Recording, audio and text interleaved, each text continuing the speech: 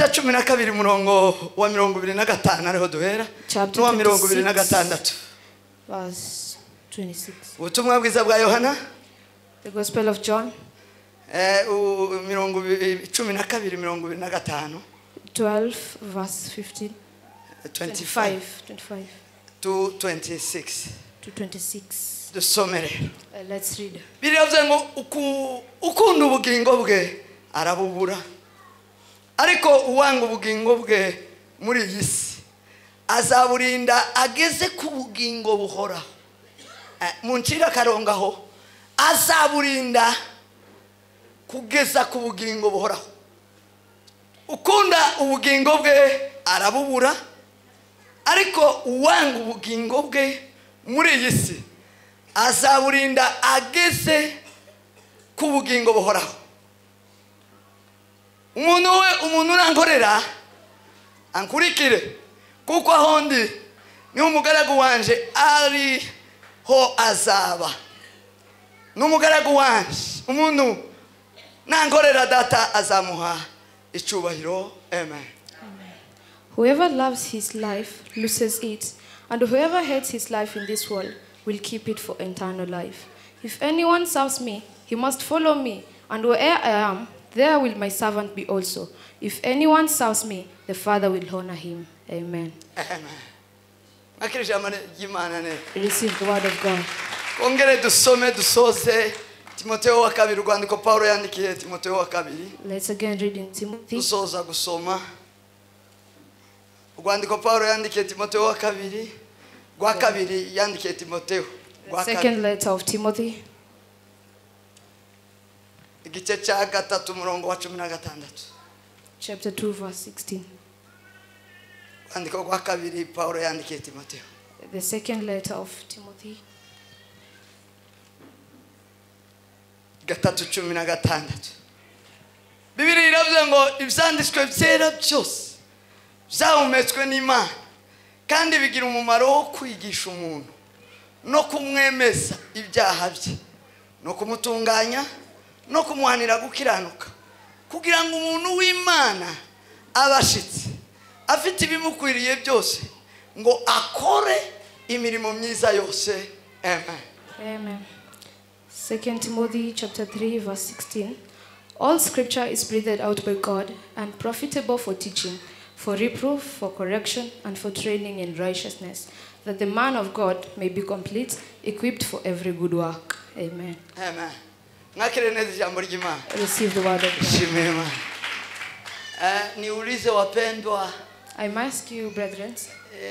Kiingereza ni comfortable, mko comfortable? Is English comfortable? Ama Kiswahili? Or Kiswahili? Kiswahili. Yes. Kiswahili. Tumia basi Kiswahili. Sema amen. Sema amina. Vuga ngo amen. Sema amina. Vuga ngo amen. Sema amina. Nakire neza jambo ry'Imana. Pokea neno la Bwana. Asifiwe makosi. Amen. Mfite amashimwe menshi. Nina shukrani mingi moyoni. Ariko nateguye ukuntu ndi buya hinahi. Lakini niliweza kujiuswali venye nitayaweka. Ani ndakoresha umwanya bampaye neza. Nitatumia muda walionipea vizuri. Kubera ko mfite n'undi mwanya nimugoroba. Kwa sababu nina muda mwingine jioni. Nagerageje kurezima ibyo nari natumwe n'Imana. Nimejaribu kuwapea kile nimetumwa na Bwana. Kubabwira. Kuwaambia. Ndababwira icyo. Nitawaambia hilo. Sino bimara mwambaye teme nini cyane. Siwezi maliza, amenipea theme kubwa sana. Kandi iyo niyo njewe. Na hiyo ndio mimi. Iyi teme. Hii theme. Mu bintu ngunda kandi nasobanukiwe namenye mfiteho ubumenyi. Kwa mambo yale ambayo napenda na yale ambayo nina ujuzi. Numva ko ndimo ngora.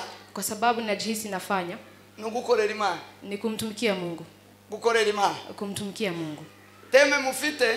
Theme hii mnayo. Nibwo buzima bwanjye. Ndio uzima huu nao. Jewe nkora 24 hours. Mimi ninafanya masaa 24. Ngora full time. Ninafanya kwa dakika zote. Taundi muri mungi. Sina nyingine kazi. Nuyibonye. Ni hii peke yake. Uyibonye? Hii peke yake. Kubera izo mpamvu. Kwa sababu ya hizo.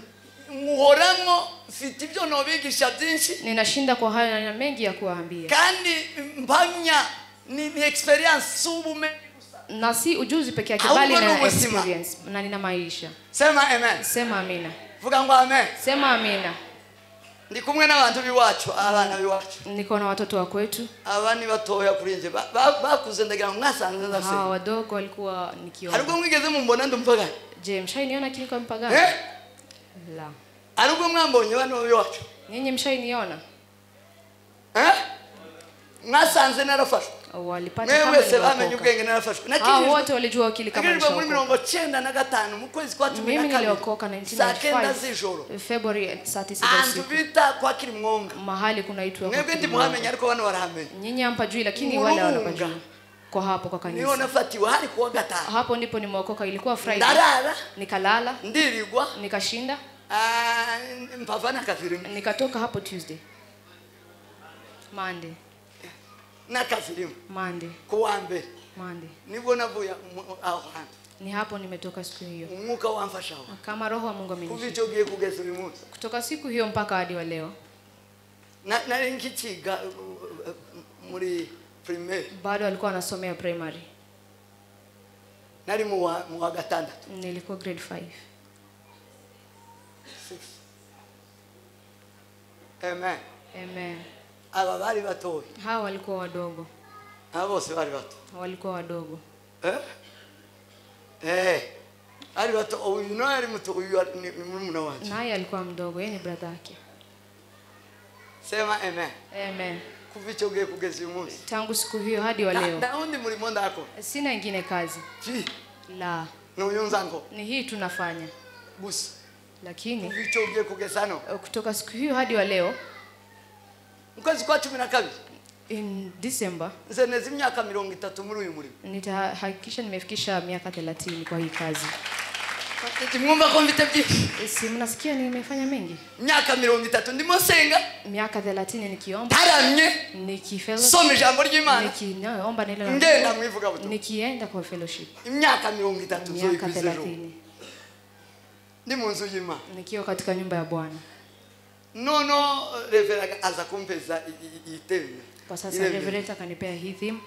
Umwanya ukama biza ari byinshi. Zote zinakuja zikiwa mingi. Ariko nagerageje guhinahina. Lakini nimejaribu kufupisha ili tuweze kusikilizana. Sema amen. Sema amina. Vuga ngo amen. Sema amina. Ndashima Imana yo mwijuru. Ninashukuru Bwana wa Mungu. Yampaye uyu mwanya. Amenipea muda huu. Namwe kawuba. Nawe akawapa. Tukabasha kubana. Tukaweza kuwa hapa. Kwa gatanu. Kutoka Friday. Kugeza uyu munsi. Kufika hadi hapa. Imana yabikoze. Mungu ambaye ihabwe cyubahiro. Apewe shukrani. Ndayishimiye. Namshukuru. Ndashima Imana. Nashukuru Mungu kubwa Moria. Kwa Moria. Torero rya Moria. Kanisa la Moria. Imana ibahumugisha. Mungu awabariki. Imana ibahumugisha. Mungu awabariki. Imana ibahumugisha mwe. Mungu awabariki. Ndashima kudutumira. Nawashukuru kwa kutualika. Shima ko umwagaragaje urukundo. Nawashukuru kwa kuwa mmeonyesha upendo. Muro tugezaho turabimenya. Mkafikisha tukayajua. Twagumije kubana namwe mukibahari haruko. Tumeendelea kuwa nanyi mkiwa pale juu. Ariko kuva mugezano. Lakini kwa kuwa mmefika hapa. Nari ndarahagera. Sikuwahi fika hapa. Ndashima umushumba mukuru. Nakushukuru Reverend Imana igumugisha. Mungu akubariki. Hamwe nabo mukorana. Pamoja na wale wanafanya kazi, pamoja na kanisa lote. Shimye mwaliko we. Nashukuru ubutumire bwa Imana yo mwijuru bahumugisha. Mungu awabariki. Amen. Imana ibagirire neza. Mungu awatende mema. Cyane ndabizi ko mudukunda. Sana sana najua mnapenda. Imbaga ari uko mubana na data wacu. Uyu ni data wacu. Kama vile mnaishi na huyu mtu wetu. Uri data wacu. Huyu ni wetu. Gusaza kumwira ngo nzankabye. Mwe muzamona nzankabye. Anamwambia anazidisha. Azakuba kumbwira ngo ugenda gahoro urakabye. Anaendelea kuniambia tembea pole pole, fanya pole pole. Sema amen. Amen. Yeah. Ndabashimira cyane. Nawashukuru sana. Kudukunda turi kure. Kwa kuwa mmetupenda tukiwa mbali. Niwazi. Kayana pajua. Naragiye umwana agiye gabavyeyi bo tubazabareka bazaja kumureka. Nikienda na bado wazazi wanakuja kuniangalia. Aza kunde biyo nagiye. Akakuja kuangalia kule nilikokwenda. Rero ndabashimiye cyane Imana. Kwa hivyo nawashukuru tena na Mungu. Mwarakoze cyane kudutumira. Mmetenda si vyema, Mungu awabariki. Ndashimira ibyishimo nasanze hano. Nashukuru kwa furaha. Ibyishimo bira. Furaha ambayo iko hapa. Imana yemwijuru wahumugisha. Mungu awabariki. Imana yemwijuru wahumugisha. Mungu awabariki. Kwishima ni imbuto y'urukundo. Furaha ni imbuto y'umwuka we. Furaha ni tunda la Roho Mtakatifu. Ni imbuto y'umwuka we. Ni tunda la Roho Mtakatifu. Iyo abantu batishima, watu kama hawajafurahia, Rija kanisa libariketse. Hilo kanisa lina Hapana umuntu. hapana mtu. Ikanisa. Kanisa lote. Mwari mwabona ikanisa likekwa. Je, mshaiona kanisa Ikanisa libariketse. Iyo abantu batishimye. Watu wasipomfurahia Mungu. Iyo abantu batanezerewe. Watu wasipomfurahia Mungu. Kumana. Kwa Mungu. Tabu serious uhaba. Hakuna seriousness. La. Umuntu bunda zawa serious iyo yumva ko ari ukomeye aho hantu. Mtu anakuwa serious akiona yeye ndo ako mkubwa kwa wengine. No, iyo tugeze mbele y'Imana. Lakini tukifika mbele ya Mungu, ntaugicubahiro. Hakuna mtu mwingine anaheshima. Abantu bose baba babona umunyacubahiro mukuru. Watu wengine wote wanaona mtukufu, wanamfurahia wote. Sema amen. Sema amina. Vuga ngo amen. Sema amina. Nuko no ndia umukuru ndia umuto. Ni hivyo hakuna mdogo hakuna mkubwa. Abantu bose bakishimira umwami Yesu. Watu wote tunamfurahia Bwana Yesu. Bijanye nuko ari kwamuona. Kwa vile tunavyomuona. Sema amen. Sema amina. Ibyishimo rero ni umuti. Furaha ni dawa. Ibyishimo rero ni ubuzima bwiza. Dawa ni maisha mazuri. Ni ubuzima bw'itore. Ni maisha ya kanisa. Ndabishimiye byimaze. Nawashukuru sana. Ko mufite ibyishimo Imana. Kwa sababu na furaha nyingi. Yesu abaho umugisha mwinshi. Mungu awabariki. Andu atawe nzanja kuvuga ubutumwa andu wenshi. Kuna mahali naenda kunena injili, tunapata pengine hawana hata furaha, hawana furaha. Basaba kurebuka ukajuguma. Wanakuangalia unatetemeka. Basaba kurebuka zuri cyuvu. Wanakuangalia unakosa la kusema. Kamusanga bose barakanyaraje. Unapata wote wameka sura ngumu. Barijimye bose. Wote wanagiza mchana. Na mafime gusa. Wote ni magugu. Muzi amamodoka mafime, muzi fime. Unajua hizo gari ambazo zina. Donc iyo umuntu ari fime. Mtu wako blood tu haionekani. Azatera ubwoba. Anaogopesha. Fime. Ukamusanga kanisa ni fime gusa. Unapata wote wachungaji ukamusanga fime. Kuanzia kwa wachungaji hadi kwa watu wote. Iyo abayeho fime. Ukipata watu wote wako na giza. Kurya abayigishemo ibintu byinshi ukazubura cyuko. Wanafunza mambo mengi lakini unakosa kufanya. Ariko hariho ibyishimo abari umuco. Lakini mahali ambapo kuna furaha. Habari umuco. Kuna mwangaza. Habari umuco. Kuna mwangaza. Umuntu akabasha kubona undi kandi mtu anaona mwingine na bado mnawasiliana. No mukegerana mukagana. Mnaongeleana. Imana yamwijuru baho umugisha kubw'ibyo. Mungu awabariki kwa hayo yote. Sema amen. Sema amina. Sema amen. Amen. Hanyuma rero ndaza gutambutsa ishimwe ryanje nimugoroba. Baada tena nitakuja kutoa shukrani yangu jioni. Ndaza kubyinira Imana. Nitamchezea Mungu. Ndaza gutambira Imana kubwo gusoza. Nitamchezea Mungu kwa kukamatisha. Twasomye ijambo ry'Imana. Tumesoma neno la Mungu. Niryo ryatuzanya hano. Ni neno ambalo limetuleta hapa. Twaje kubaramutsa mu ijambo ry'Imana. Tumekuja kuwasalimu kwa neno la Mungu. Usibye inzu sinzi yo bambangiye ndi bugeremo iya kabiri nane mfite niyo kugera kwa Ruramira ni kwa nyumba yake huyo. Niko mzamwita? Niko mnamuita? Abazina gabari mu gusigaje yiwacu. Hayo wanaacha majina huko kwetu. Iwara chafite iryo nganje. Yeye akona kama tu hiyo kama mimi. Ayo nayo iwacu nezi mwira. Abandi mu gusanga wengine unapata wasanga bagiye bahindura. Wanaenda wakibadilisha. Ndatinyaga kuvuga bangi yo mbaza sinzi nawo ni barizo wakifite. Naogopa kusema hivyo labda kama wanakuwa na hizo. Nayo bagifite? Ni hayo wanayo bado. Abaneza nabo kugatumbi iwa. Hao ni wako kwao. Uko abarundi bazavuga kugatumbi. Hivyo. Muramfasha. Mtanisaidia. Ndagera muru ya mugabo. Nitafika kwake. Azanyandikira cyane tuzotuvugana cyane. Ananiandikia sana tunaongea sana. Cyane. Sana. Gana nifite deni ryo kuziwa. Na niko na deni la kwenda kwake. None ga bizabi birangirira rimwe.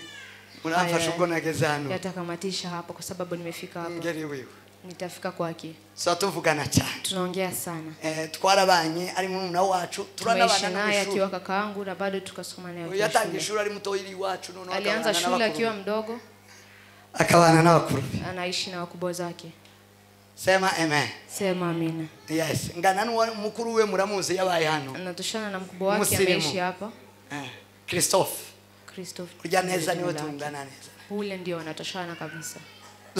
Twasomye rero ijambo ry'Imana. Tumesoma neno la Mungu. Jambo ry'Imana twasomye. Neno la Bwana ambalo tumesoma. Niteme mwaduhaye. Ni thema ambayo imetupea. Hejuru yo gukorera Imana. Juu ya kumtumikia Mungu. Gukorera Imana. Kutumikia Mungu. Twaganiriye kwa gatano. Tumeongea Friday. Abatari bahari benshi. Wale ambao hawakuwa. Sema amen. Amen. Abari nyuma na mahoro. Sema nyuma wale ambao wako nyuma salama.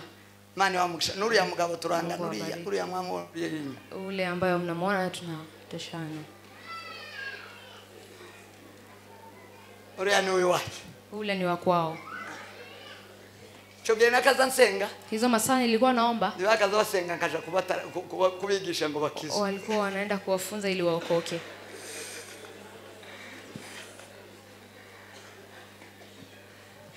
Sema amen. Sema amina. Vuga ngo amen. Amen. Asifiwe Mwokozi. Amen. Ashimwe Imana muno harimo abantu biwacu. Nashukuru Mungu kwa sababu hapa kuna Kandi watu wa usanze kwetu. mwabi wanyu. Na ukipata watu wa kwenu, iyo utahagaze neza amanyama zashira. usiposimama vizuri mambo yote yatakwenda. Iyo utameze neza wo kuyita se bihogo uri w'abandi. Unaweza jiita jina Uri kumwe lingine n'abantu ukiwa bimwoba kwingine, gusa. lakini ukiwa na watu wa uoga.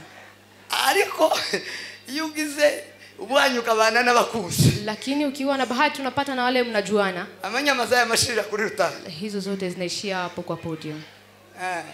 Na muno mfite abavyeyi. Lakini hapa nina wazazi, abavandimwe twaba. nina wakaka hao wengine hapa tunajuana. Sema amen. Sema amina. Kwa gatanu twaganiriye yuko gukorera Imana Ijumaa tumeongea kwa kutumikia kugira Mungu ngo witwe umukozi, ili uitwe mfanyakazi, kugira ngo umukozi w'Imana, ili uwe mfanyakazi wa Mungu. nuko ubasha kuajiriwa, Ni kwa sababu wanakuajiri, ubasha kugira gute mu Kinyamulenge nugira kwandikwa, wanakuandika. akazi kose, Kazi yote n'ubuzima busanzwe, kazi yote kwa hiyo maisha habaho kwandika demand cyangwa kuna kuandika demand ama kuomba. Iyo usabye rero uremererwa cyangwa ugakanirwa. Ukiomba unakubalishwa ama unakataliwa. Rero kuba umukozi w'Imana, Kwa hivyo kuwa mtumishi wa Mungu, hariho kwandikwa, kuna kuandikwa, hariho gusaba, kuna kuomba, hariho no gusabwa, kuna kuombwa. Sema amen. Amen. Twavuze Yesu Kristo arimo atoranya intumwa ze, alipokuwa akiwachagua watumishi wake, watume wake. igihe yatoraga intumwa ze, Venye alikuwa anachukua watume wake, anawaajiri, alikuwa anawaajiri, yarimo abararika, alikuwa anawaandika, yarimo abandika, alikuwa anawaandika kwa kazi, abasaba ku kazi, anawaomba kwa kazi, akabakura kuko bariho, anawatoa kwa wale ambapo, akabaheza kandi, anawapea ingine kazi, akababwira ngo akaba ariko mukora, anawaambia hii ndio mtafanya. noneho bakandikwa mu gitabo cy'abakozi. Kwa hivyo wanaandikwa kwa kitabu cha watume. Sema amen. Sema amina. Vuga ngo amen. Amen. Iyo umuntu akora atanditswe, Mtu akifanya kazi kama hajaandikwa, ntazahembwa, hawezi lipwa. Sema amen. Sema amina. Iyo wihaye akazi, Ukijipea kazi, tawo akaguhaye, kama hakuna mtu ambaye amekupea, tawo ukwemerera kugako, kama hakuna mtu amekukubalisha iyo kufanya, ugakoze wahombye, ukifanya watakashije, kazi umepoteza mambo yote, kiwemeko. haukubalishwi. Sema amen. Sema amina. Vuga ngo amen. Sema amina. Yesu Kristo nawe, Yesu Kristo yaje mwisi kurarika bamukorera, alikuja duniani ili kualika wale ambao Imana irema abantu twasomye mu Mungu Efeso, alipokuwa akiumba watu, yarabaremeye kuba abanyakazi, amewaumba ili wawe wakufanya kazi, babe abakozi bakorera Imana, wawe wafanyakazi wa kutumikia Mungu. Abaefeso ibice 2:10, Waefeso 2:12 10 na 10. kabiri umurongo wa 10. Biblia inasema Imana yaremye bose, Biblia inasema Mungu amewaumba wote ili kwa kazi Yesu zake. Imana irema umuntu, Mungu alipomuumba mtu, imurema, akamuumba, imuhaye icyakora, akampea kile ambacho atafanya, imaze kumwajiri, kama alipomaliza kumwajiri, kugira ngo abashe gukora, ili aweze kufanya kazi. Imana yaremye bose, Wale ambao wote mtu ameumba, yabaremeye kuikorera, amewaumba ili wamtumikie. Sema amen. Sema amina. Vuga ngo amen. Sema amina. Abatari mu kazi muri Kristo Yesu, Wale ambao hawayuko kwa kazi ya ndani ya Yesu Kristo, abatari mu bakora imirimo yo muri Kristo Yesu, wale ambao wanafanya kazi ambazo si za Yesu kandi Kristo, bahumeka bahari, na bado wanaweza kandi kupumua bagenda, na wanatembea, abo bantu barahinyanzwe, watu wao wamefinywa, zibakiri muri kanuni y'umubumbi, hawayuko kwa kanuni ya Yesu Kristo ama za yule muumba. Sema amen. Amen. Wafuye muri originalite, Umetoka katika ile original yako, kandi umuntu avuye muri originalite, na ukitoka kwa hiyo original yako, uwo muntu abaye fake, mtu huyo anakuwa fake. iyo abaye fake, Ukikuwa fake, aba yahinyanzwe, unafinywa. abantu badakorera Imana, Wale ambao wanafahamu Mungu ni nabahinyanzwe, ni wale ambao wamefinywa, kuko Imana yaremye, kwa wale ambao Mungu ameumba, abimana yare wale ambao Mungu ameomba yabaremeye gukora imirimo amewaomba ili kumtumikia yake gukorera Imana kwa kutumikia Mungu nukubaho kwawe muri Kristo ni kuishi kwake kwa Yesu Kristo doze cyo tumpe Bwana utukufu gukorera Imana kwa kumtumikia Mungu kwako nukubu w'Imana yare ni kuwa mtu yule ambaye Mungu ameomba asifiwe umukobwa sema amina vuga ngo amen amen subira ngo amen rudia tena amina abantu ni imirimo y'amaboko y'Imana watu ni kazi ya Mungu umuntu wese umurimo w'amaboko y'Imana mtu yoyote ambaye ni kazi yake Mungu akorera Imana anamtumikia Mungu aho turumvika hapo tumesikizana ico nico twavuga hizo ambacho tumeongea umuntu wese ave mu kuba mu fake mtu yoyote atoke kwa kuwa fake muba abakozi amuwe watumishi sema amen amen mbwirira mugenzi wangu umukozi ambia jirani yako wewe ni mtumishi umukozi w'Imana mtumishi wa Mungu kuko ni Imana yaturi kwa sababu ni hilo Mungu ametuambia chakabiri la pili twavuze ko gukorera Imana tumesema kwa kuwa kumtumikia Mungu ari ukumukurikira ni kumfuata iyo udakurikira Imana usipomfuata iyo Mungu udakurikira Yesu usipomfuata Yesu tushobora kuba umukozi hauwezi kuwa mtumishi kriteria ya mbere kriteria ya kwanza ale na kazi kose abasabutuzi hata na kazi yote wale ambao wanaomba kazi kuna zile kriteria ambazo wanafuata ile kama hakuna kriteria babaguhaye many purpose wanakupea main purpose ya hiyo kazi cyangwa iyo organization ama hiyo organization nukuvuga ngo rero ni kusema ababa Kristo wale ambao ni wa Kristo ekamuge muri mumwe wo mwikanisa acha niseme kanisa moja la kanisa moja kanisa Biblia inasema mtu yote ushaka kuba umushemasi anataka kuwa mtu mwadiko huyu mundu anafai kuwa mtu huyu number 1 la kwanza awe yuzuye umwuka wera awe na amejaa Roho Mtakatifu amushemase wemerewe kubaho hakuna mwasha ambayo hana Roho Mtakatifu uwo muntu si umukozi w'Imana mtu huyo si mtumishi wa Mungu na si analipwa kwa kazi ya kuwa mshemasi mwasha ayo makuru murayasha hayo habari mnaijua abashemase tuweze Yesu tuwayo waasha tumpe Bwana utukufu abashemase bari muno mwezi Imana waasha tumpe Bwana utukufu wow abashemase hawa maashas batuzuye umwuka wera kama hawana Roho Mtakatifu muzohembegwa uwo murimo wasiwata lipo kwa kazi kriteria ya mbere kriteria kwanza kwa bashemase kwa ashas baba bantu buzuye umwuka wawe watu ambao wana Roho Mtakatifu number 2 baba bantu ngo bashimwa hanze wawe ni watu ambao wanashukuriwa huko nje abantu bashimwa n'abantu wale ambao wanashukuriwa hapo nje na watu wote ufite 7 nziza mu mtu yote ambaye kuna sababu utagira urubanza n'umuntu mtu yote ambaye hajajiwa utagira makimbirane n'umuntu mtu yote ambaye hana utagira icyo unyereranaho n'umuntu wengine ambao hawezi kupitishwa na lolote yani kriteria hilo ni kriteria kugira ngo bashe kumushemasi ili ukuwe mwanaasha icyaga tatu la tatu ngo ashimwa ku bwenge yuzuye ubwenge bw'Imana akuwe na hekima ya Mungu ubwenge bw'Imana hekima ya Mungu ngo umunyebanga akuwe na mtu wa siri tubati twacu twose kwa hizi kabati zote sisi aho tubika mahali pote ambapo tunaweka amasiri yacu yose ama siri zetu zote ni kuri aba bashemasi ni kwa hao maashas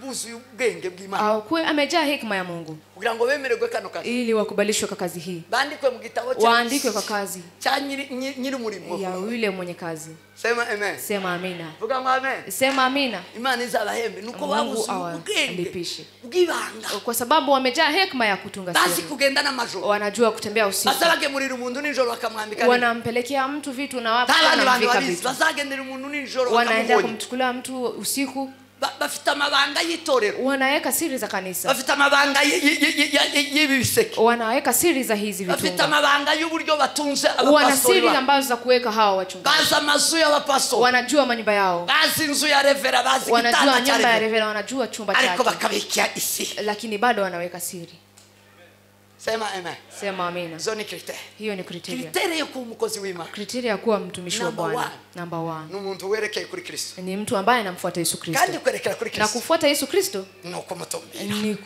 iyo mutumbiri uramukurikira ukimfuata hivyo unakuwa ndani yake sema amen sema amina abakecuru amen washosho twese tubaye haleluya tumpe Bwana utukufu haleluya amen haleluya amen nugukurikira Yesu ni kumfuata Yesu Kristo sema amen sema amina gukurikira Yesu kumfuata Yesu Kristo kriteria ya kari kriteria ya pili kugira ngo wemegwe ku umukozi w'Imana ili ukubalishwe kuwa mtumishi wa Bwana n'umuntu ufite imvune ni mtu ambaye ana hiyo udhaifu n'umuntu ufite umuruho ni mtu ambaye ana hiyo uchofu n'umuntu urara abona ni mtu analala akiona n'umuntu wirirwa abona ni mtu ambaye anashinda akiona waruhijwe no kwigisha mtu ambaye amechokeshwa na kufunza wengine kubwiriza no kwigisha kuwafunza na kuhubiri iyo ugira umutwaro ukiwa na hiyo w'abapagani ya iyo ugira umutwaro ukiwa na hiyo w'abatakijijwe ya wale ambao hawajaokoka kubera ko wahamagawe kwa sababu umeitwa wewe. ejo twarabisobanuye Jana tuliongea hayo. wenda ndaza koraboke Labda naweza kuja niguzie kidogo. sema amen. Sema amina. vuga ngo amen. Sema amina. iyo wahamagawe Kama umeitwa, iyo wanditswe, kama umeandikwa, iyo wajiriwe, iyo washizwe, kama umeajiriwa na ukaekwa kwa kitabu hicho. nizo zamvuga kwandikwa wowe uvuga kwajiriwe. Naam. kugira ngo aba bumve neza. Sema amen. Amen. iyo wanditswe, Kama umeajiriwa, iyo wahamagawe, kama umeitwa, ugashigwa mu murimo, unawekwa kwa kazi, ugashigwa mukosi, unawekwa kwa kuwa mtumishi wa Bwana. sema amen. Sema amina. vuga ngo amen. Sema amina. iyo tuzuza kritere bagusubizayo, Kama hujajaza hizo kriteria wanakurudisha. none rero wahamagawe, Kwa wale ambao wameitwa, iyo akurikira Kristo akimfuata Yesu Kristo, amwigiraho amagambo atatu, anasomea kwake mambo matatu, amagambo atatu. maneno matatu. Icyo gituma Paulo yakazavuga, Na ndio maana Paulo alisema, akavuga ngo mugere ikirenge mu cyanzu, anasema muwe na kwa kuko nanje nakigeze mu kwa sababu na Kristo. pia mimi nimetembea na Kristo. sema amen. Sema amina. abakirisitu bose, Wakristo wote, abana b'Imana bose watoto wake, watu wa Mungu, bakwiye kwigana Imana, niko birivuga, wanafai kumkopi mumwigana Mungu. Imana nk'abana bakuru. Wanasema mkopi Mungu kama Iyo watoto wigana wake. Imana, Ukiweza kumkopi iyo Mungu, ukurikira Kristo, ukimfuata Yesu Kristo, mwigiraho amagambo atatu. unafunzwa kwake maneno Ijambo rya matatu. mbere, Neno la kwanza, sema amen. sema amina. vuga ngo amen. Sema amina. umwigiraho uko agenda. Unajifunza vile Paulo anatembea. arandika ngo mugende nk'abanyabwenge, Paulo anasema mtembee kama wale mutagenda ambao nk'abafafa. msitembee kama wale ambao hawana akili. kugicukuria hari uburyo umukristo azagenda, Kuna vile Mkristo anatembea, ukamuvuga ngo uyu ni umukristo, unasema huyu ni Mkristo. hari uburyo umukristo azatamba, Kuna vile Mkristo anatembea, kundi tuzatugenda nk'abapagani, hivi hatutembei kama wapagani. La hasha. abuzuye umwuka Wale ambao wamejaa Roho Mtakatifu, ndabarahinda ingendo yacu, ninawaambia mimi kwa sababu ngajaza. Haleluya. Haleluya. ingendo simwe Kutembea sisi. kubera iki? Kwa nini? twebwe dukurikira Kristo, Sisi tunafuata Yesu Kristo. uko atera intambwe Venye anapiga niko tuba tuyitera, na sisi hivyo ayishinguye mahali niyo tuba hivyo tuyishinga, tunaweka na sisi. rero tukagenda nkawe. Kwa hivyo tunatembea kama yeye. Musi Yesu Kristo afatwa, Siku ambayo Yesu Kristo ashachwa anachukuliwa, kuhanga anayepelekwa huko kusulubishwa n'abatanzi, pamoja na Biblia iravuga ngo Biblia inasema yasarenga alikuwa anaenda, Petero ngo agahinguka, Peter anaenda. ngo bamufashe Walipomchukua mw'ijoro mu gicuku, kwa hiyo usiku, Petero agira imbeho, Peter akakuwa yegereye ku ikombe, Venye alipokaribia agiye hapo, kota, alienda kuchukua moto. baramubonye, Walipomwona baravuga ngo uyu ni umwe mu bigishwa be, huyu naye ni mmoja wa Kristo. ngo Petero arahakana, Peter akakada. ngo ahakane, Venye alikataa, aramubwira ngo habe n'imvugo ya, hata kwa kuongea kwako, habe n'imvugo ya, hata kwa kuongea kwako iragaragaza ko inaonyesha kwamba wewe ni mtumishi wa Bwana. Mnajua kwa nini? Bari baramukurikiye, walikuwa wamemfuata. Bira mugezi wangu kurikira Yesu, Ambia mwenzako kurikira Yesu, mfuate Yesu, kugira ngo wewe uzuze kritere, wemegwe ku mukozi, ili ujaze kriteria za kuwa mtumishi wa Bwana. sema amen. Sema amina. Vuga ngo amen. Sema amina. Ukurikira Yesu Kristo, Kumfuata Yesu Kristo, hiyo ni kritere. hiyo ni kriteria ya kwanza. Icya kabiri tuba tumwigira, La pili ambalo tunajifunza kwake ni uburyo yigisha. ni vile anafunza. Yesu Kristo yari rabi, yari umwarimu, Yesu Kristo alikuwa mwalimu, kandi kuba umwarimu na kuwa mwalimu ni ukuba ufite abigishwa, ni kwa sababu unakuwa na Ufite watumishi, wanafunzi. unakuwa na wanafunzi. abigishwa be Wanafunzi wake bari abanafunzi, walikuwa wanafunzi wake, kandi abanafunzi na wanafunzi yaza abigisha, alikuwa anawafunza, arabigisha. anawafunza. Iyo dukurikira Yesu, Tukimfuata Yesu Kristo Azatwigisha. anatufunza, azatwigisha, anatufunza, azatwigisha. anatufunza. Kwiga Kujifunza bigira ibintu bibiri, kuwa na mambo mawili, sivuga ni byinshi, sisemi ni ariko muri mengi, bibiri binini. lakini kwa hama Ikintu ni cha mbere haya. kiza kiguha, La kwanza ambalo la kujihisha Kiza kwamba cho wewe kwiga. inakuonesha kuwa wewe ni mwanafunzi, ngugira bagage, ugira ubwenge, unakuwa na hekima, wuzura ubwenge. unajaa hekima. Cyo gituma Paulo yanditse, Na ndio maana Paulo aravuga ngo ameandika ijambo ry'Imana akasema neno la muriye Bwana byinshi muri mwe, liwe mingi kwenu, rigwiriye, likiwa rigwiza ubwenge. lijae kwa kieki. Sema amen. Sema amina. Nta mukristo, Hakuna nta Mkristo, mukozi w'Imana, hakuna mtumishi wa Bwana w'igifubaho, ambaye ni mpumbavu. tawe w'igifubaho, Hakuna ambaye tawe. hakuna. Sema amen. Sema amina. Nta mukozi w'Imana w'igifubaho. Hakuna mtumishi wa Bwana ambaye ni pumbavu. Kubera iki? Kwa nini? Bakurikira Kwa Kristo, sababu wanamfuata Yesu akabigisha. Kristo. Anawafunza. Yesu Kristo aratraininga, Yesu Kristo ni anawatrain. umwarimu, Ni mwalimu. ni rabi, Yesu ni mwalimu. arigisha, Yeye anafunza. arigisha, Anafunza. kandi ibyo yiga Na yule ambaye yigisha anafunza Yesu Kristo ni isezerano risha ni agano jipya kandi yaje mu isezerano rya kera na amekuja katika agano la kale. Yesu yavutse mu isezerano rya kera. Yesu amezaliwa katika agano la kale ariko agaragarira mu isezerano lakini akadhihirishwa kwa agano jipya. Gituma yabaye mu isezerano. Kwa nini amekuwa kwa agano jipya? Na amategeko y'Imana ni hizo amri za Mungu ajya yananiranye mu isezerano rya kera, yale ambayo yameshindikana katika agano la kale amekuja kutimiza kwa hili agano jipya. Yesu aza kuyuzuza yote. Yesu akakuja kuyatimiza yote. Vile alipomaliza kuyatimiza yote yinjira mu isezerano akaingia katika agano jipya. Ayo mategeko arasohoka, hayo amri yote akatimia hata sigaye na rimwe, hata kutobakia na moja. Yule ambaye anampokea akabara yasohoza anayatimiza yote, anaingia katika agano jipya. Sema amen. Sema amina. Vuga ngo amen. Sema amina. Iyo twakiriye Kristo, tukimpokea Yesu Kristo, tuba twakiriye Biblia. Tumepokea hii Biblia. Tuba twakiriye tumepokea Biblia. Amategeko ya Mose. Tumepokea amri za Musa. Tuba twakiriye. Tumepokea. Tuba twakiriye. Asante cyane, Imana igumushye. Asante sana Mungu. Tuba twakiriye amategeko ya Mose. Tumekubali amri za Musa. Tumekubali ambayo yamefunuliwa.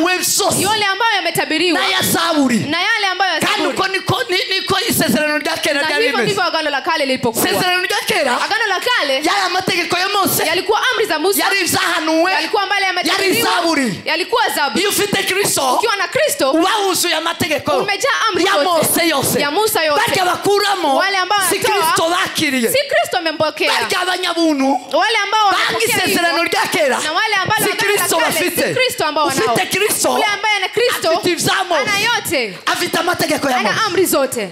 Zanditse muri Luka, imeandikwa katika ibice 24 24 umurongo wa 44 mstari wa 24.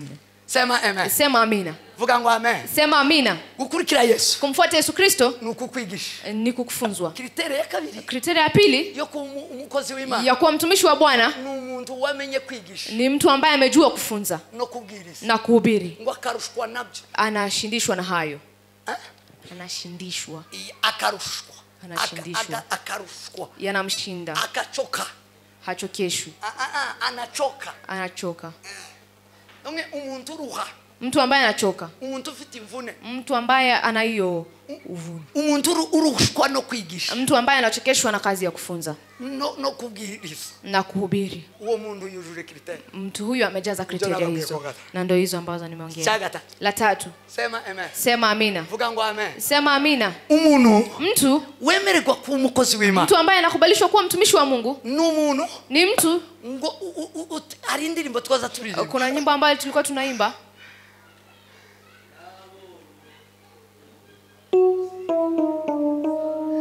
yara rafiri, tumufashe abaza.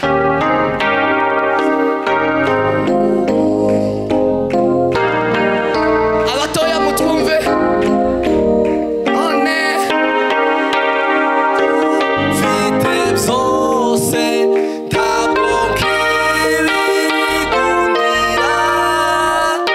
ibyo ntuze naje bwaje n'iby'uwo mucuruzi none ibintu vite zose ntabwo kibigundira ibyo ntuze naje bwaje n'iby'uwo mucuruzi. Haleluya, haleluya. Sema amina. Kameremere y'ubumana, imiremegwe y'ubumana, kwa hizo ambao umeumbiwa maumbile yao. Yes, ya Mungu, maumbile yao. Imiremere y'ubumana, maumbile ya Mungu ni ugutanga, ni kupeana. Mana nguko yakunze abari mu isi cyane, kwa kuwa Mungu ameupenda ulimwengu, zatumye itanga umwana wayo kinege, ikamtuma akamtoa mwana wake, kugira ngo umwizere wese atarimuka, sababu yule ambaye anamwamini apotee bali apate na uzima wa milele. Iyo ni Imana, huo ni Mungu. Tumanuke, tushuke. Biblia iravuga kuri sokuruza ukwizera. Biblia inasema kwa yule umuntu wemere wizera Imana, mtu yule ambaye alimwaminia Mungu, mwiseze muri Biblia, kwa Biblia wanditse wajaye wakubayeho igihe kirekire, ambaye ameandikwa na aliishi miaka mingi sana. Sivyo bari aba tusiposema hao wengine, twitirirwa ngo sokuruza yule ambao tunasema ambao babu waamini, baba wa waamini, babu waamini.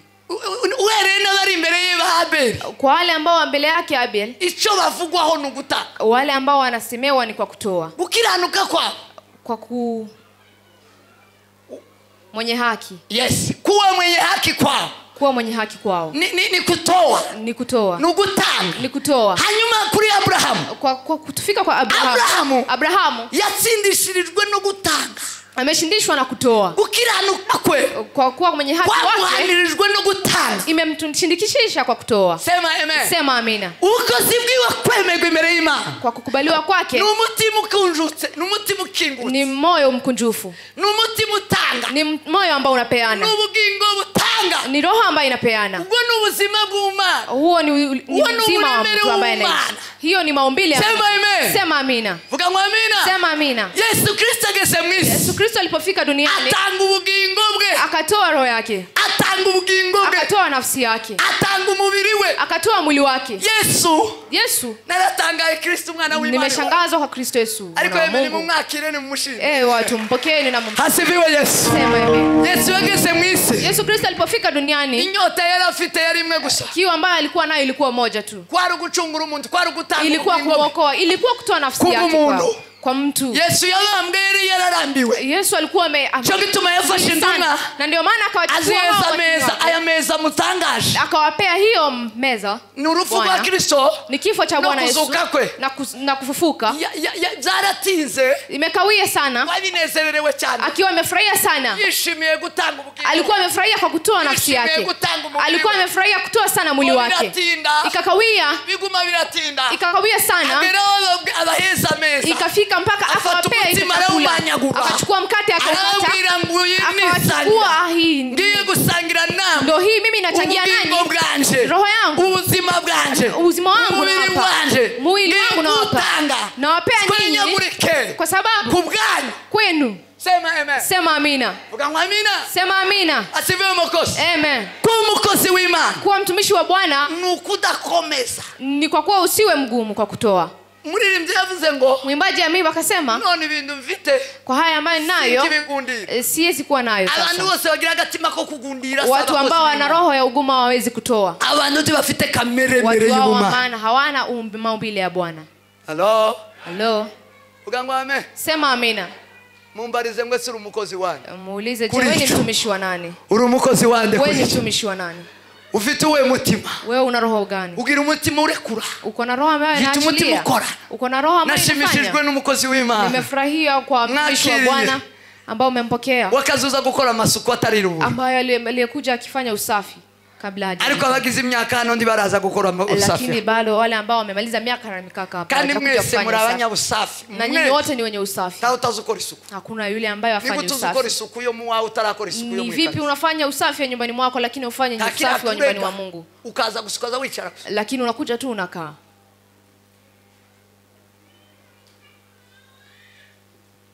Ukabuzi kwiyitaho ariko na unajua kujitumikia lakini hawezi kumtumikia Mungu.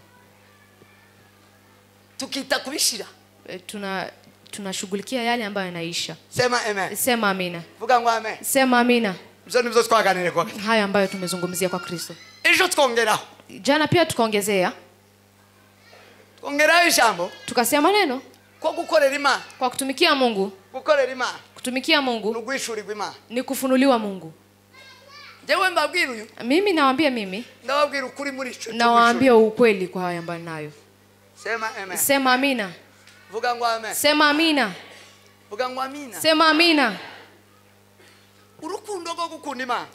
Upendo ambao unaupenda Mungu. Rwo kuzura muri twe. Kwa kujaa ambao unakwetu. Uburyo uruza kuzura muri twe. Kwa vile ambao unajaa kwake. N'uburyo amategeko y'ubumana. Na vile amri zake Mungu. Asa yandikwa kundi basi mutima. Anaandika katika roho zako. Akaandikwa no munda yako. Anaandika kwa tumbo yako. Nukubera iki kintu. Ni kwa sababu ya hili jambo. Nugwishurirwa. Ni kufunuliwa.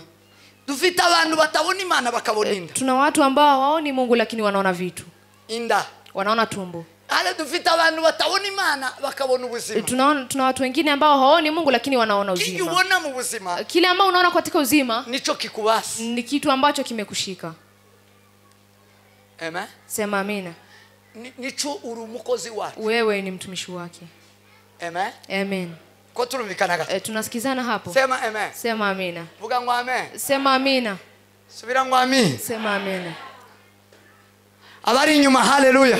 Wale ambao kwa nyuma abari nyuma asifiwe Yesu. Wale ambao kwa nyuma haleluya. Asifiwe Mwokozi. Amen.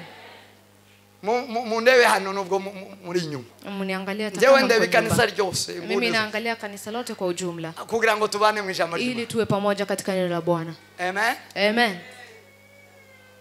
Iyo uri umukozi w'Imana. Ukiwa mtumishi wa Mungu, kugira ngo ubashe gukorera Imana, ili umtumikie Bwana, tunaniwe, usichoke. Nigihe wahishuriwe Imana. Ni vile ambapo umefunuliwa Mungu. Ishurirwa. Ukifunuliwa n'ubuzima. Ni uzima. Buguhesha. Inakupea. Ni certificate. Inakupea certificate. Kwemegwa. Inakukubalisha kwa kuwa mtumishi wa Bwana. Abahishuriwe Imana. Wale ambao wamefunuliwa Mungu wote. Niyo basaba korera. Hata kama wale wanatumikia. Sema amen. Amen. Vuga ngo amen. Amen. Subira ngo amen. Rudia tena amina. Igikomeye mu buzima. Kile ambacho ni kikubwa kwa uzima wako. Icho nicho chakwishura. Ni kile ambacho kimekufunuliwa kwako.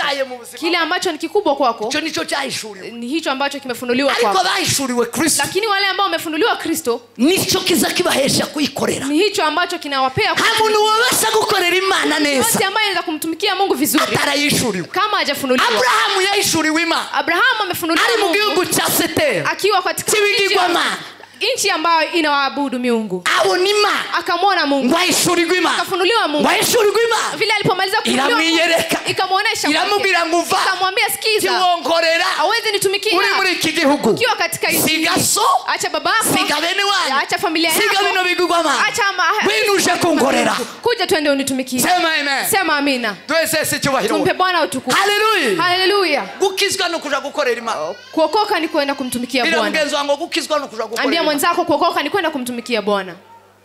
Hayindi mini. Hakuna ingine maana.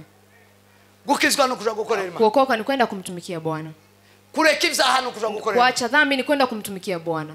Sema amen. Sema amina. Kuva mukabari no kuja gukorera Imana. Kutoka katika club ni kwenda kumtumikia Bwana. Hakuna kingine ambacho kinahitajika. Kwakira Yesu Kristo. Kumkubali Yesu Kristo. Nukuja gukorera Imana. Ni kwenda kumtumikia Bwana. Abrahamu akafunuliwa Mungu. Ngwasha gusenga. Akaenda kuomba. Aja ku musozi w'Imana. Akaenda kwa mlima wa Bwana. Aja gukorera Imana. Akaenda kumtumikia Bwana. Niwe yageze Imana iramubwira ngo menye neza kungunda. Ni hapo akasema Mungu akamwambia nimejua kwamba nimejua kwamba unanipenda. Gezaho. Achia hapo. Yarafashe mugita. Alikuwa amechukua kisu. Agiye gusogota umwana. Akienda kumkata mwana. Yaratanze vyose. Ametoa yote. Ageza atanga umwana wo mu busaza. Ikafika kwa kuwa anaenda kumkata. Imana iramubwira ngo gezaho. Akamwambia wachia hapo. Menye neza kungunda Abrahamu. Menye neza kungunda Abrahamu. Kwamba umenipenda Abrahamu. Bavandimwe bene data. Watu we Mungu. Aha turi. Mahali hapa tulipo. Hivi ambacho byatangijwe n'abantu. Vimeanzwa na watu wengine. Tutagera ibirenge mu byaha. Usipoenda katika mguu wake Yesu Kristo. Naho muzinjira ndimo bana. Hakuna mahali ambapo mtaingia. Hizi si stories. Haya si hadithi. Si vitu vitabaye. Si vitu ambavyo havitafanyika. Ni uzima bw'abakijije. Ni uzima wa wale ambao wameokoka. Sema amen. Sema amina. Vuga ngo amen. Sema amina. Asifiwe umukozi. Amen. Guhishurirwa. Kufunuliwa. Ejo nico twavuzeho. Hilo ndo tuliongea. Guhishurirwa. Kufunuliwa. Iduhesha gukorera Imana. Inatupea kwa kufunuliwa. Twavuze Sauli. Tumeongea Sauli. Ahinduka Paulo. Amegeuka Paulo. Kwa kufunuliwa. Cyatumye akorera Imana. Kwa kituo kile ambacho kimetuma aoneshe Mungu. Ni ufite igice kinini muri Biblia. Ni yule ambaye ana kitu kikubwa katika Biblia. Ni wakoze, ni wanditse munini cyane. Yeye ambaye ameandika kitu kubwa sana. Savuye mu guhishurirwa ndiyabanye na Kristo ni kimwe na. Kufunuliwa hakuwa na Yesu Kristo. Ntabwo yagendanye na Kristo ni kimwe na. Hakutembea na Kristo ni kama tu. Ariko yarahishuriwe. Lakini amefunuliwa. Imana ibaha umwuka w'ubwenge no guhishurirwa. Imana ibahe guhishurirwa. Imana ibahe guhishurirwa. Torero rya Kristo. Torero rya Morebu. Torero ry'Imana.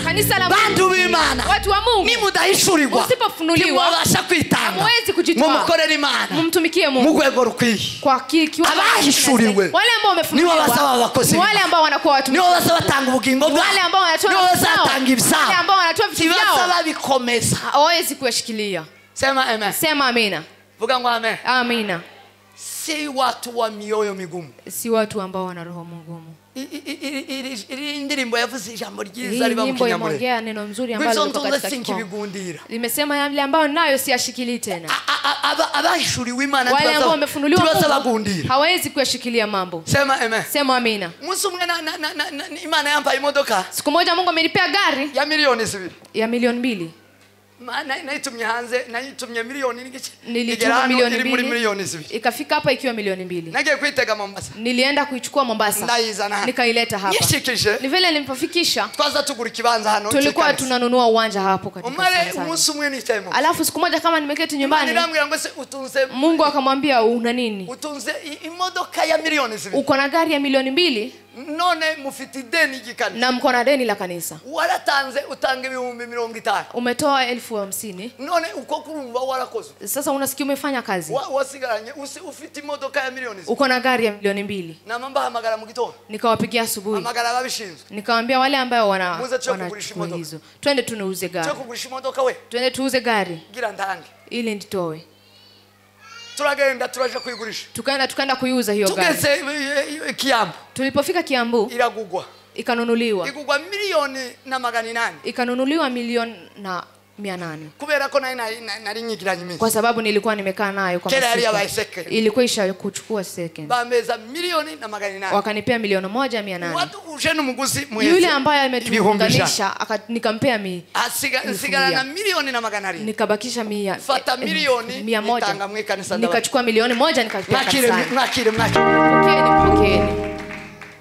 jewe ndasigara na 800 mimi nikabaki na hiyo uwo munsi igitangaza cyaba siku hiyo ambayo mimi nakuimama imetendeka na sote ni modoka ya nikaenda nje na gari langu abana sina nababwiye watoto sikuwa nimewaambia ni nani wanabwiye ngo ni mama tu nilikuwa nimemwambia imodoka ngiye kuigurisha kandi nikamwambia tu gari hii naenda kuuza nataka pesa ya kutoka kanisani no wonder again nikaenda turi yongiyo twayigurisha tulipokuwa huko tu ambapo tunauza kwa matone mudamu mwaraje tukaona tu mke mmoja anakuja afite imodoka na anapata ako na gari anakuja na paka inatoshana kama tu ile yangu usiyo yarayigiranye iminsi lakini pia nayo alikuwa amekaa nayo ariko ingana ni myanya ni ya lakini ilikuwa inatoshana tu kama ile yangu jamaa atubwira ngo nimumpe zifaranga mbagurire akamwambia mnipe gari niwape hii mnipe pesa bakazamaza use wabimenye ko twadushaka imodoka wakamwambia je umejua kwamba tunatafuta gari tumeuza gari twazanye imodoka yacu twayigurisha tumeuza gari wabimenye mbomye ukunda umumeze umejuaje tunaona vile unakuwa mbona mukwiri murasana babashaka imodoka nikaona mnakaa tu ambao mnatafuta gari mukwiri imodoka mnahitaji gari twari dufite kifaranga ho tulikuwa na pesa hapo kwa mfuko tulikuwa na pesa ambazo bado ziko sawa tukamwanza useni zinga tukamwambia je ni ngapi jamaa tubwira ngo 800 akatuambia ni 1000 800 fite 800 niko na 1700 uvuze 800 twamatumuharurira tukamhesabia hapo tukampea akatupea kifunguo akanipea kifunguo nikaenda nayo nikarudi nayo nyumbani asifiwe makosa asifiwe Yesu ayimidiwe Bwana wa mabwana asifiwe Yesu atukuke Yesu Kristo asifiwe Yesu tuweze Yesu tu tumpe Bwana Yesu tukufu tumpe Bwana utukufu tumpe Bwana utukufu haleluya ukorerima kumtumikia Bwana ukorerima kumtumikia Bwana ukorerima kumtumikia Bwana wishuri gw'Imana kufunuliwa Bwana uzumva iyi gwishuri akikufunulia kwako uzumva wewe ubwawe ni byawe byose unasikia vitu vyote ambavyo viko ndani vyako unamwambia irongoranye jipe tu irongoranye jipe kwa mzamwirongoranya kwa baso bukwe je mnajipeana kwa kwenu mbona huambii Mungu jipe mkunda baso uko kurusha mnapenda wakwe zenu kuliko mkunda bakwe banyu kurusha Imana mnapenda wakwe kusugira umukwe wawe ngwirongoranye abana basa Mungu abo ni mukinyamurenge hawa ni wazee kwa mzamubwira abakwe banyu ngwirongoranye mnaambia hawa wakwe wenu jipe ariko turabwira Imana ngo ngwino wirongoranye lakini hawaambii Mungu kuja ujipe kwangu kuja uchukue chukua yeye Mungu ni vile ambavyo ukifunuliwa usumuhese ubugingo unampea hiyo nafsi yako tumpe Bwana utukufu haleluya asifiwe Yesu ayimidiwe Bwana wa mabwana asifiwe Mwokozi atukuke Yesu Kristo asifiwe milele ayimidiwe Bwana wa majeshi asifiwe Yesu Imana ihimbazwe Mungu apewe sifa wishuri gw'Imana biza bituma tuyikora kufunuliwa Yesu Kristo inatuma tunampenda icyaje masozereza la mwisho nikikamatisha cyuyu munsi la siku ya leo icyo nabateguri kile ambao nimewaandalia tusomye Biblia Paulo yandikira Timotheo tumesoma Biblia ambao Paulo amemwandikia Timotheo yaramubwiye ngo ivyanditswe vyera akamwambia yale ambayo yameandikwa yote bifite umumaro ina jukumu bifite akazi ina kazi ko kwigisha umuntu ya kufunza mtu kwigisha umurimo inakufunza kazi iyo baguhaye akazi kose ushobora kazi yote unaingia kazi hizi ambazo mnafanya zote hizi abagabo bose bazabakora nao baba ambao wako hapo wote wanafanya kazi nta kazi na kamwe woje kwiga uwoje gukora utakigishijwe kuna kazi lote ambao unaweza enda kufanya kama una training karaba iko kereseka kandi kumwijima ko mu burozi labda hiyo ya jioni ya mwezi ariko tundi tuzi twose lakini kazi hizo zingine zote bazabashira mu matraining wanaweka katika training iyo umuntu ashaka kuba umukozi w'Imana mtu akitaka kuwa mtumishi wa Bwana ni kwisunga Biblia ni kukaribisha Biblia kwake Biblia Biblia ijambo ry'Imana Biblia neno la Bwana Biblia we Biblia asifiwe umukozi asifiwe abafite za Biblia mushira ukuboko watu ambao wana Biblia muzizamure muzamurisha ukuboko ongera uzizamure izamure kandi we izamure igeze mu gituza imanure neza mu gituza ifikishe katika roho. Haleluya Amen. Haleluya. Iki ni igitabo kugira ngo umukozi w'Imana ili wa mtumishi wa Bwana kugira ngo ukorere Imana ili umfanyie kazi Mungu nukubuza usoma kino gitabo ni kwa kuwa unasoma hiki kitabu gifite ububasha lina uwezo gifite imbaraga lina nguvu zo kukwigisha za kukufunza no kugutunganya na kukuweka hai no kuguhana na kukurebiwa no kuguhanura na kukupanish bigatuma umuntu inakufanya wewe ushitse mtu ambaye ako kamili katika Yesu Kristo mtu ambaye ni kamili umugabo ushitse inakufanya mwanaume kamili umugore ushitse mwanamke kamili oh pole murambabarira nzamkubagana ariko nagakozeho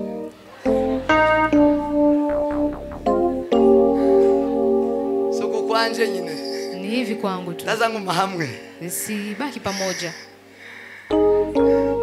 sema amen sema amina vuga ngo amen amina asifiwe mukozi asifiwe Yesu ayimidiwe Bwana wa majeshi ayimidiwe Yesu Biblia ndaikunda we naipenda sana Biblia ni kitabu kiguhingura inakupa uwezo kiguchura inakutoa kigutunganya inakuweka hai ugahinduka umukozi w'Imana unabadilika mtumishi wa Bwana mtu ambaye ni kamili ushikigwamwo n'ubushobozi mtu ambaye amefikishwa kamili na uwezo inakutrain kikakubwira ngo gutanga ni kwisi inakuambia kutoa ni vyema Biblia inasema ngo gutanga kose ngo nimbani turuka kuma kutoa kote ni karama inatoka kwa Mungu gutanga kose kwisi kutoa kote kwisi nimbani turuka kuma ni karama ambayo inatoka kwa Mungu ni Biblia isibivugaho ni Biblia inasema amazenga tanga alafu unatoa tumpe Bwana Yesu haleluya asifiwe Yesu ayimidiwe Bwana wa majeshi ayimidiwe mkombozi atukuke mfalme wa falme ayimidiwe siku zote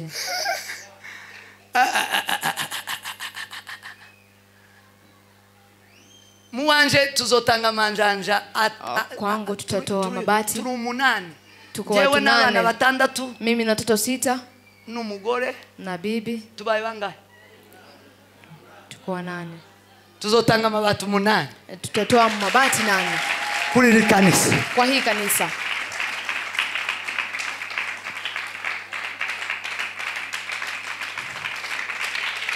umuntu ni bati mtu mmoja na bati umuntu wese izina ryo zagaragara kila mtu jina lake kumurimo w'Imana kwa kazi ya Mungu sema amina vuga ngo amen amina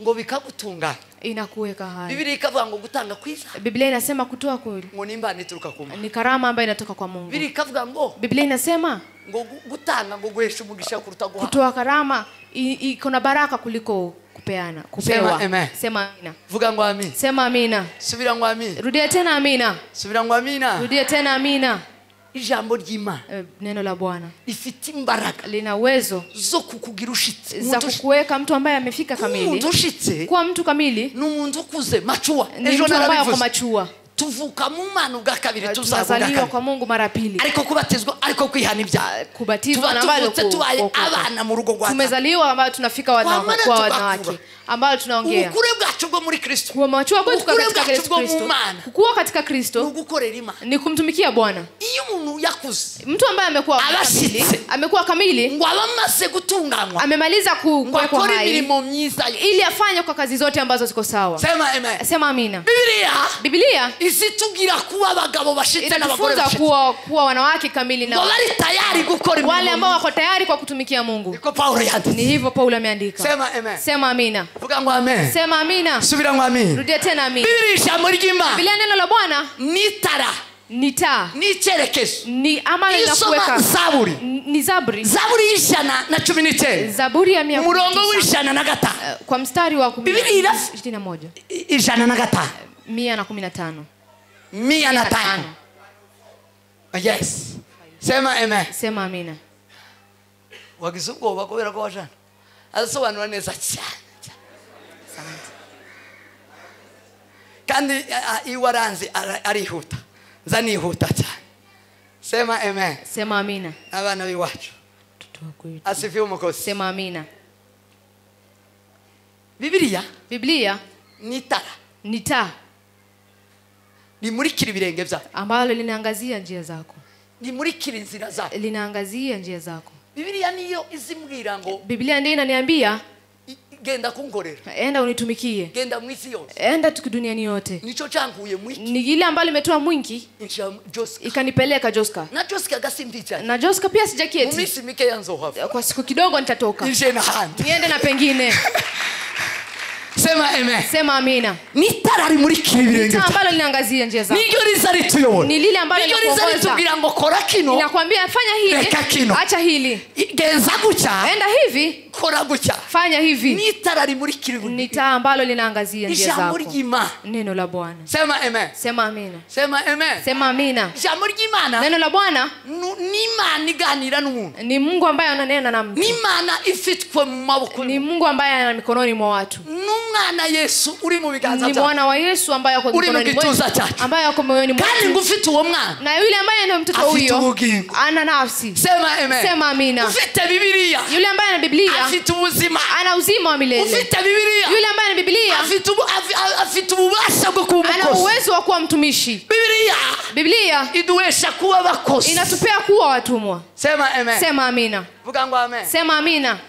Biblia Zaburi ya 119. Ijana na 43. Zaburi ya 145. Ijana na 43. Zaburi ya 405. 43. Umurongo wa 10. Kwa mstari wa 10. Uzubivuga mu Cyongereza mu mibari nimbari kugo. Umuntu aba umukozi w'Imana. Mtu anakuwa mtumwa wa Mungu. Abigishwe na Biblia. Ambaye amefanywa na Biblia. Isoma icho gice. Ukisoma hilo chapter ariho ndangirije. Hapo nimemakamatisha. Zaburi ijana na 44. Psalms 143. Na 43 umurongo wa 10. 143 verse 10. Nataka kuambia ko ikikugira kuba umuntu ushitse. Nataka kuambia kile ambacho kinafanya uwe mtu kamili katika Mungu. Kwa Mungu. Iyo umuntu atumva ijambo ry'Imana. Mtu kama asikii neno la Bwana. Iyo umuntu adasoma Biblia. Mtu kama asomi Biblia. Abasha kugira ubasha bwo gukorera Imana. Hana uwezo wa kumtumikia Bwana. Abubasha na bukeya. Hana hiyo waza, hana hiyo. Nico gihuzureba gutanga ibihumbi 5 ukaba wohwe. Na ndio maana nasema unatoa kutoa fungo la 10 na kushinda. Nta numwe wisunze Biblia nzunani gwicacu. Hakuna mtu yote ambaye amejiweka Biblia anakataa kutoa fungo la 10. Abantu badatanga icacumi. Nitaacha kama Biblia batenze. Biblia itawa Moria reverend ya gutenza ariko uratenza. Moria reverend hajawadhibu lakini mimi nitawadhibu. Kubera kutakoze ico Biblia. Kwa sababu hujafanya Biblia ile ambayo ninataka. Sema amen. Sema amina. Nimugoroba nibwo nza kuvyinjira. Jioni ndio nitaingia. Mundu wese tutanga icacumi. Mtu yote ambaye utoi fungo la 10. Uratenze nushake uzo witonda no kuri rutaje. Tutakwambia amanyamaza bamakezi. Siwe unafika hapa. Timutenze. Imana yanga ngwikabima amaso. Ibintu bibiri. Mungu bigoye ndaza macho yake. Nitawaambia jioni. Imana izayima amaso umuntu datanga cyacu. Mtu anamnyima macho yule ambaye atoa mifungo la 10. Kandi kutaba mu maso y'Imana. Yule ambaye yuko katika macho ya Bwana. Nukuvuga ngo ntakigukingiye uri kintu kiraho. Ni kusema kuna ambalo limekufunika. Kile ambacho chote kinakuja kinakutoa. Taiminite nimufite. Hauna yoyote. Taiminite nimufite Mungu. Hauna vaccine yoyote ambayo inakukinga hapo kwa Yesu. Hauna kinga yoyote. Hauna kinga. Sema amen. Amen. Murongo wa 10 uravuga ngo unyigishe gukora ivyo ushaka. Unifunze kufanya yale ambayo unataka. Biblia izitwigisha gukora ivyo Imana ishaka. Biblia inafunza yale ambayo Mungu anataka. Biblia izitwigisha akazi gukora akazi k'Imana. Inatufunza kazi ya Bwana. Sema amen. Sema amina. Vuga ngo amen. Amina. Izitwigisha gukora akazi k'Imana. Inatufunza kufanya kazi ya Bwana. Bavandimwe bari muri Moria. Watu wa Moria. Ikimana yaturemeye no kuba abakozi. Kile ambacho Mungu ametuambia ni kuwa wafanyikazi wake. Tuwe abakozi b'Imana. Tuwe wafanyikazi wa Bwana. Kuba umukozi w'Imana. Kuwa mtumishi wa Bwana. Nukugira Biblia. Ni kuwa na Biblia. Dufite abakristo batagira Biblia. Tuna wakristo ambao hawana Biblia. Wewe uyobowe niki? Wewe unaongozwa na nini? Biblia. Irimwe ibintu bitatu ngiye kubabwira. Ina mambo matatu ambayo naenda kuambia. Biblia icyambere. Biblia ya kwanza. Isezerano rishya n'isezerano rya kera. Agano la kale na agano jipya. Nakabarore. Sikihererezo ka. Ndaza kubabwira n'ikihererezo. Akabarore bisobanura ni mana ndaza kubivuga mu Kiswahili. Akabarore hiyo ni umuntu ureba, ni mtu ambao unaangalia, cyangwa ni kintu ureba, ni kitu ambao unaangalia kigikora bibi, kinafanya mambo mabaya kugira ngo tuje, ili wewe usiende hapo. Donge nikikubwira ngo twebwe no twagiye, nikikwambia ni kitu ambacho kinakwambia pale ambapo tumeenda, twakoze kiniki, tumefanya hili na hili, none twakiriwe witeka ndimupime kuza. Sasa nyinyi msije hapa kwa sababu sisi tumekatiwa laumu. Huyo tajiri nakabarore na huyo donge ni mfano, ni mfano. Nakabarore na huo mfano ni mfano wa watu wale wote wasiomcha Mungu, kwa sababu yeye alimuasi Mungu, akamfanyia vibaya Lazaro. Baada ya siku chache wote wakafa. Walipokufa, Lazaro akaingia katika kifuani cha Ibrahimu, akaingia katika hali nzuri, katika furaha na shangwe, katika maisha bora zaidi. Mtajiri naye akafa, akashuka, akaenda mahali pabaya kwenye moto, akiteketezwa, maisha maovu, maisha mabaya. Kwa hiyo yeye akatangaza, iwe aratangaza, yeye akatangaza, aravuga ngo, akasema Lazarus nyaboneka, ewe tonyanza umutonyi umwe ushire ku rurimi rwa, toni moja la maji, ko ndashamerewe, ninachomeka, niko hali maututi. Lazaro yemerewe nabi no. Lazaro alikuwa na mateso huku duniani. Nyamutunzi nawe inamerewe na huyo tajiri alikuwa anaishi maisha mazuri. Ariko nyuma yo kufa, lakini baada ya kufa, nyamutunzi amererwa nabi, huyo tajiri akaenda vibaya, Lazaro akafikiwa vizuri.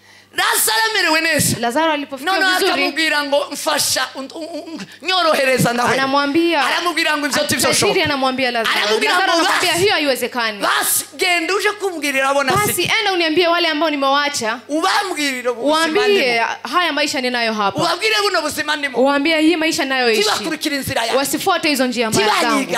Wasinifuate mimi. Wasiniige. Biblia itwigisha iki? Inatufunza nini? Itubwira abagabo bagituwereye kuri Kaini. Inatuambia wale wa baba ambao ni wa ukageza kuri Herode, kufika hata kwa Herode. Mwisezerano risha uwereye kuri Kaini, kuanzia kwa Kaini kageza kuri Herode, unafika hadi kwa Herode. Itubwira rero, inatuambia ikatubera akabarore gatuma tudakora nabi, mfano kwetu ili tusifanye vibaya. Sema amen. Mfano mbaya, tuba abantu babashitse, tuwe watu ambao wako kamili. La pili, Biblia irimwe ivyitegererezo, ina mambo ambayo tunafai kuangalilia. Sita abantu twigira, iko na watu ambao tunafai kuiga kwao. Sema amen. Sema amina. Uwereye kuri Abel, kuanzia kwa Abel ukageza ku ndumwa z'ejo, unafika kwa hawa watumwa wa juzi. Sema amen. Sema amina. Vuga ngo amen. Amen. Abo nabo kwigana, hao ni watu ambao wa kuigwa. Abo nabo kwigana ni chitegerezo, hao ni wa kuigwa, hao ni mifano. Nakabarore ni mifano, ni chitegerezo, ni hao ni kielelezo kwetu. Yes. Akabarore ni mifano, ni kielelezo. Icho chitwa Biblia. Hiyo ndo Biblia. Ichakabi. La pili. Sema amen. Sema amina. Vuga ngo amen. Sema amina. Subira ngo amina. Rudia tena amina. Biblia ni umutima w'Imana, ni moyo wa Mungu. Umuntu yipimiraho, mtu ambaye anajiswali peke yake kama yeye ni Mkristo ama ni mpagani. Ni Biblia ambayo inakuambia ukweli. Biblia ni umugabo ugushinja, ni mume ambaye anakuweka, anakuadhibu, ni umucamanza ugucira urubanza, ni huyo mjaji ambaye anakuweka utaragera mu rubanza, anakujaji baada ya kufika huko kwa kwenye hukumu. Sema amen. Amina. Vuga ngo amen. Amina. Abasoma Biblia, wale ambao wanasoma Biblia baratungana mbere yuko bagera mu rubanza, wanawekwa kamili before waende huko mahukumuni. Sema amen. Amina. Yakobo yaravuga ngo ni Yakobo yakasema ngo ni ikiyo ni kiyo. Ni ndorerwamo. Ni kiyo. Ni ndorerwamo. Kiyo. Umugabo wese usoma Bibiliya yariyize. Mume yote ambaye anasoma Umugore Biblia wese usoma Bibiliya yariyize. yote ambaye anasoma Umukobwa usoma Bibiliya yariyize. Msichana ambaye anasoma Biblia Ni ndorerwamo. Kurya wireba. Vile unajiangalia kwa kiyo niko Bibiliya imera. Ni hivyo Biblia iko. Irakubwira. Inakuambia. Sema amen. Sema amina. Vuga ngo amen. Amina. Subira ngo amen. Sema amina. Icya gatatu ijambo ry'Imana. La tatu ni umutima. Ni ugali. Ni umutima utera imbaraga. Ni mkate ambao unatupea nguvu. Ni umutima uzana ubuzima. Ni mkate ambao unaleta uzima. Ubugingo n'ubuzima bw'umuntu. Ya uzima na bado ejo nababwiye ko yankijije zingize indwara nje. Aliniambia niliwaambia kwamba ananiponya mimi magonjwa. Hamwe no gusenga. Neno la Bwana bado kuomba. Ni umuti. Ni dawa. Ni umuganga. Ni yeye ni mtibabu. Nagakisi. Ni wokovu. Mwakiri ijambo ry'Imana. Pokeeni neno la Bwana. Mwakiri ijambo ry'Imana. Pokeeni neno la Bwana. Muhinduka abakozi. Ubadilike wa ijambo ry'Imana. Neno la Bwana. Libagira abashitsi. Liwafanye watu ambao washikirwamo kamili n'ubushobozi na uwezo bwo gukora imirimo myiza yose. Kufanya kazi ya Bwana. Tawaba umukozi. Hakuna mtu ambaye anaweza kuwa mfanyakazi kama hana Biblia. Atagenda na Biblia. Yule ambaye atembea na Biblia. Na bado asomi na Biblia. Mwakiri ijambo ry'Imana. Pokeeni neno la Bwana. Mana ndagushimira.